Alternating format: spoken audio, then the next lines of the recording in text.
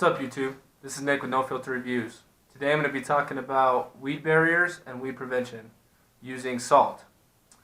So, I did some research, and every chemical that you buy says it's harmless after it's dry, right? Any glyphosate type chemical,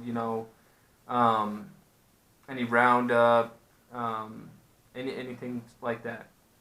There's always that mental predicament, though, when you have children and they have an area they play in and it starts becoming overrun with weeds. You ask yourself, do I really want to spray chemicals where my kids are playing? So that put me in a different mindset, and I started doing some research.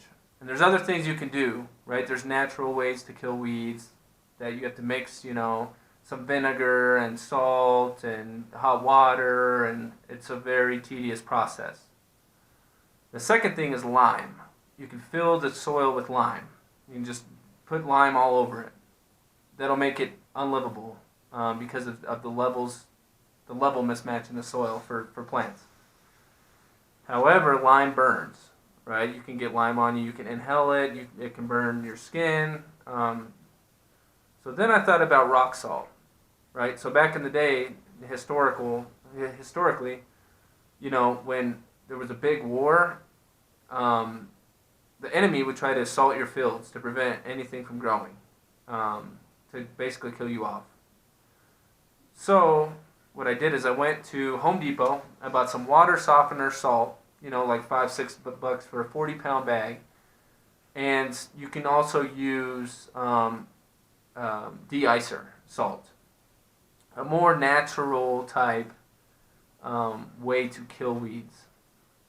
So I put that about 5 days ago. I pulled all the weeds in my son's area. So that was a tedious process. It was about an hour, right? So that can be a pain. But you want it to look good.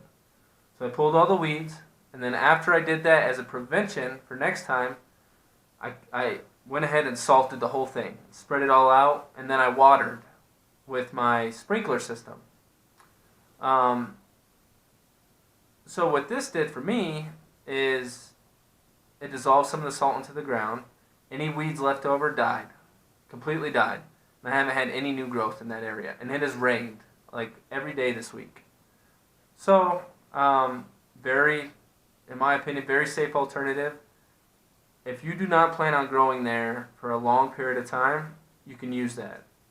This makes your soil unusable for a very long time. So you want to keep that in mind. If you plan on growing there, salt may not be your direction.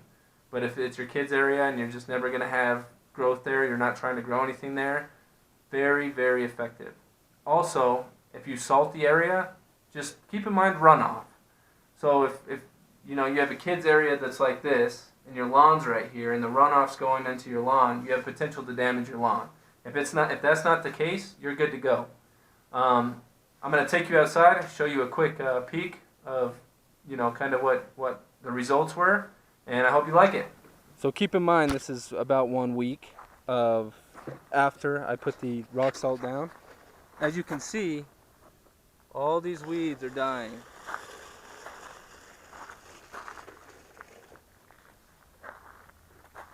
And as long as you have some kind of barrier between your grass, none of that dies. These are all the weeds that I pulled out of here. Everything's dying. Now, if you have a darker pebbles or some, if your rocks are a different color, the white will stick out until you get some good rains, or you water enough to where the salt dissolves into the soil. Good thing to keep in mind is never put salt against any concrete or against the foundation of your house. So that is not a good way to weed prevent. This would be for areas that are areas that you do not want, where your children are going to be playing, where you really don't want to spray chemicals. Thank you for watching my videos. Please subscribe, and until next time, YouTube.